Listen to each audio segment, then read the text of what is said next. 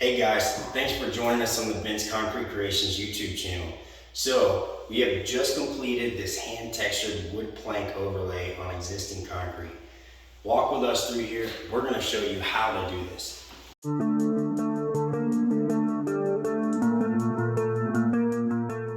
going to show you all the various textures, all the numerous colors that are in here.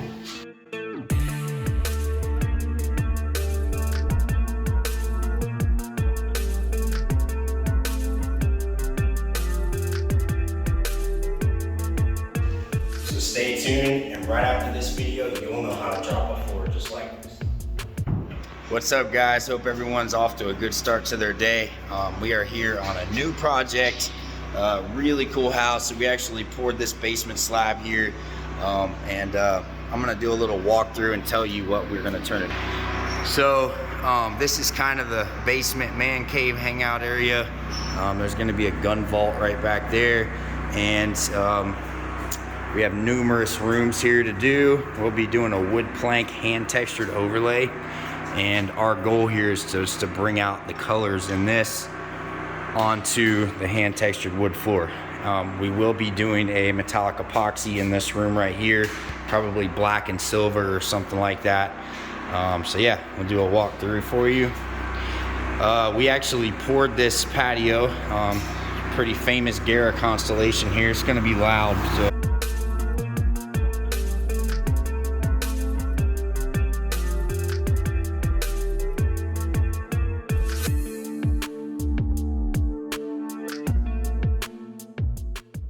And so yeah, we did the Gara constellation, did it on a 45-degree angle.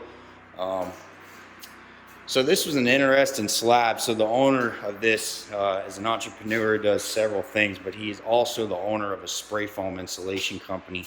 So instead of putting down gravel and plastic, since the density is really strong on this, he actually just spray foamed the ground, and then we poured over top of this. We do have some cracking.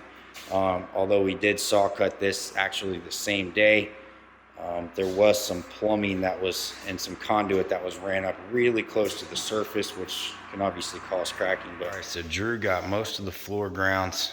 He's got to do one more pass just to kind of even up any of the low spots.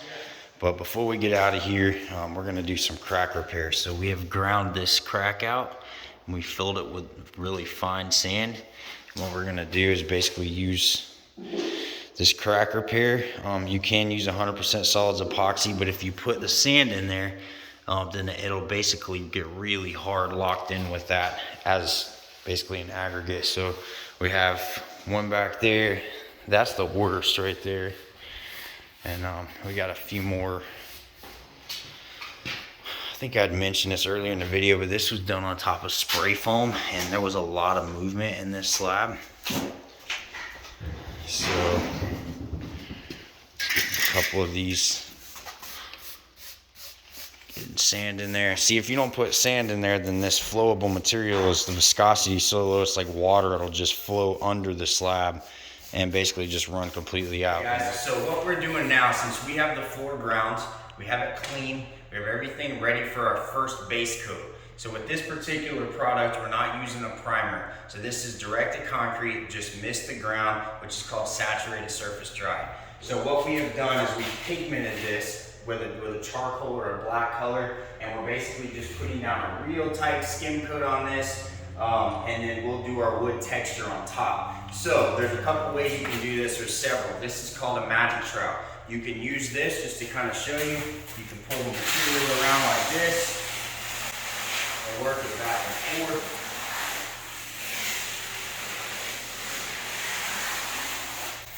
This tool right here works really good in an open area, but I've just become accustomed with a hand trowel. So with hand trowel, I feel like I can just actually do a better finish.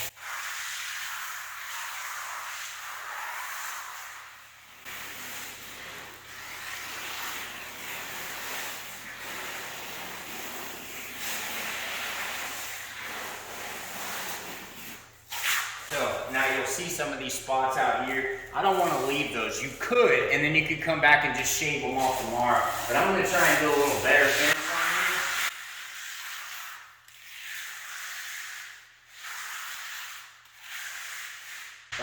knock some of that down. And once again, tomorrow we can come out here and shave off some of them little burrs.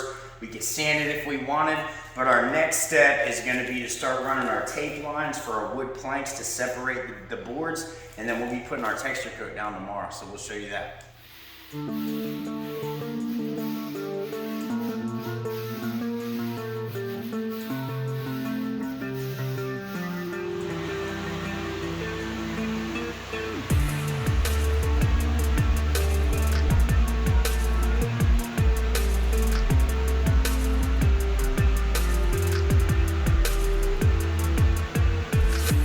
Alright guys, so we have successfully put down our black or charcoal base coat. Drew has went through with a scraper and basically knocked off any high spots or abrasive areas. Now we're going to vacuum this, and our next step we're going to be putting down tape lines. And what we're going to be doing is using these saw cuts. So this is a contraction or saw cut right here. We will use this as the edge of one of our wood planks, okay? So what we do, if you notice, we have these popped lines on either side, and then every approximately 2 feet, we're going to use these to help us keep straight lines as we go from a 16-inch wide plank to a 6-inch plank to an 8-inch plank, and so on. So there'll be various sizes. Now, what we do have to do is we have to honor these saw cuts. So what that means is the concrete needs to move, expand, and contract. So by keeping these saw cuts active, it's going to allow it to do that. So we're marking on the walls where these saw cuts are.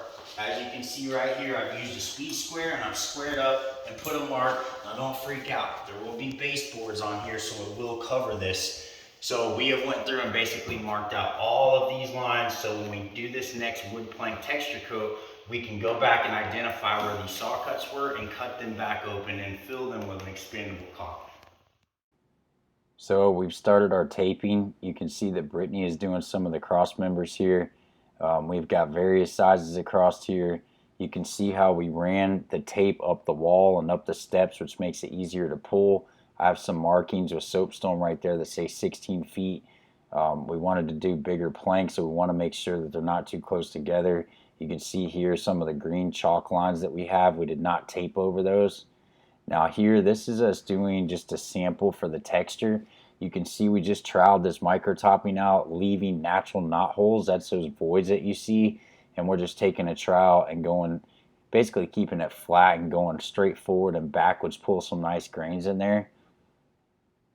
And we'll show you how to do some other textures to really make some individuality between the boards. So basically I have a scratch coat tool here, and what I'm doing is just kind of making a rough sawn looking. What I did there is I'm trying to find where the tape is, so I make sure that I'm making that one individual board. And now I'm taking a whisk broom. Here I'm actually going with a margin trowel and going off the knot holes and just kind of making some splits in the wood, if you will. Here I'm taking the whisk broom and just kind of making a different rough texture on one of the wider boards. And now I'm taking this stand-up paintbrush, and this is a cool tip right here. You just use that and just brush it back and forth, and you see how it kind of pulls some gnarly texture in there. And you can see I'm going to do the same thing on the other end, and if you flick it back and forth really fast and just barely hit the tops, it really pulls some cool texture. So this is an awesome way to really get some individuality between your planks and not just have one kind of texture across the whole thing. I'm just lightly hitting that right there just to kind of knock some of the rough sawn look down, and it looks really cool once it's stained. So we have shown y'all how to put down the base coat. We've shown y'all how we lay out our boards and our tape and the individuality of the planks. We have shown you how to do the different textures, and we have got this room complete and then another room over there today. And as you can tell, there's a lot of variations of texture. This is a cool rough sawn look right here. So anyways, we're going to pull the tape up and show you guys what this looks like.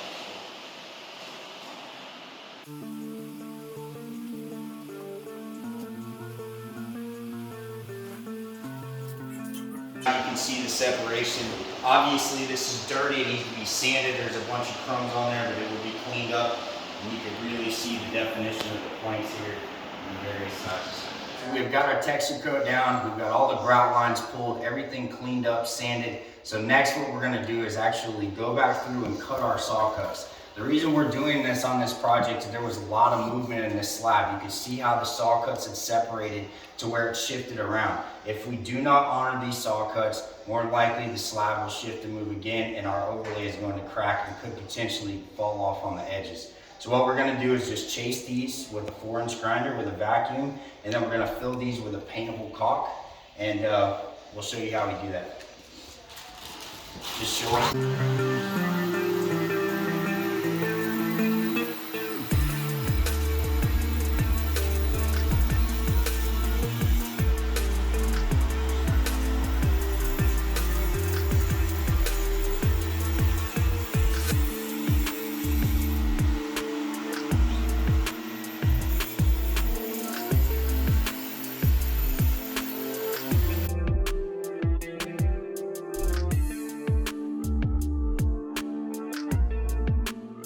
Okay guys, so we have all of our lines taped here. So what we did is we taped on either side, or actually both sides of the saw cut, as nice and clean as we could.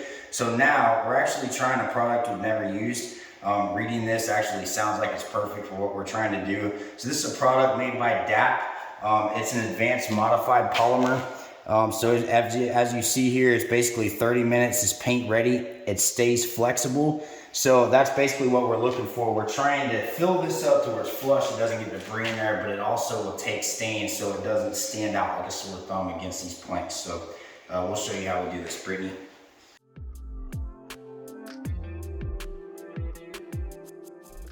So we're gonna squirt this in here, just like this. We're really trying to get this material down in there, and then Brittany's gonna come right behind me, and she's gonna screed this stuff off, flush, and then she's actually gonna take the excess and just try and press down in there even more, make sure that we're getting our material plenty far down into this crack. So what we're using here is a product simply from Sherwin-Williams. This is an exterior flat acrylic latex, and what we've done is pick the exact colors that we want to try and color match that wall, if you guys remember in the beginning of the video. And we're diluting this paint 3 parts water to 1 part stain. This stuff works really good. It has great bite to it. We've had a lot of success, used it on a lot of stuff. So we have like 6 or 7 colors on this floor, and what we're doing is we're starting with the lightest color, and we're really just being very random. We're starting, that was like a biscuit color, is an off-white, and then we're doing a peach, and we're working our way from the lightest to the darkest. And I'll talk a little bit more about that through the process as we continue on here. Okay guys, so we have our first 2 base colors down. So what we're doing is we're trying to layer colors based on the lightest color to the darkest color last. So what we've done is went through with a color called biscuit. It's any color is gonna work, but basically it's an off-white. And what we're trying to do is highlight the boards first. So our first base color was basically an off-white. Our second color is kind of peachy, but you can see basically the off-white, which is here, peach is here, and now Brittany and I are going through with the light medium brown and just doing some random boards. So we're probably gonna have 7 or 8 different colors on this floor, but probably 3 or 4 colors on each board. So it'll really vary as far as appearance across the floor, as far as being neat. So we'll walk out here and show what the guys are doing. So as you can see out here, our first 2 base colors, our off-white and our peach, is down, and it's very random. There's no pattern at all. Okay, so we have all of our colors down, and so basically we're in the darkest color now. And this is kind of a scary thing to do, but we're basically painting the whole board with a dark brown and then immediately flooding it with water.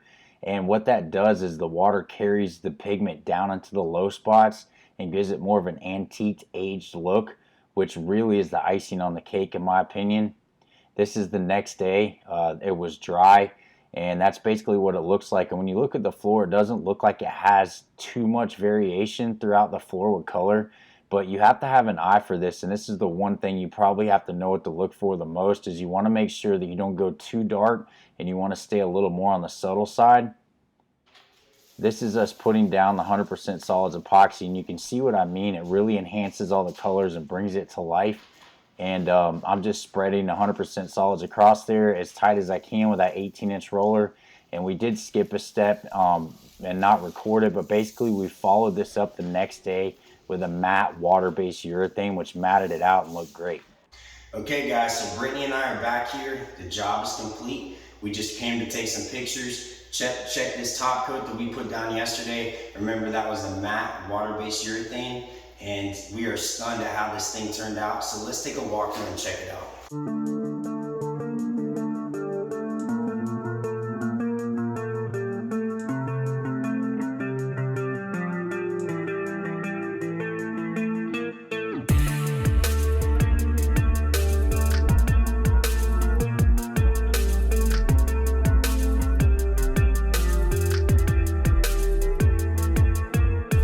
Now guys, keep in mind, there are a lot of ways to do a rendition of a floor like this. This is our preference, not saying that that won't change throughout our journey. This is how we do this right now. So I hope this helps you guys with some tips. Let us know if you have any questions, and we'll see you on the next one.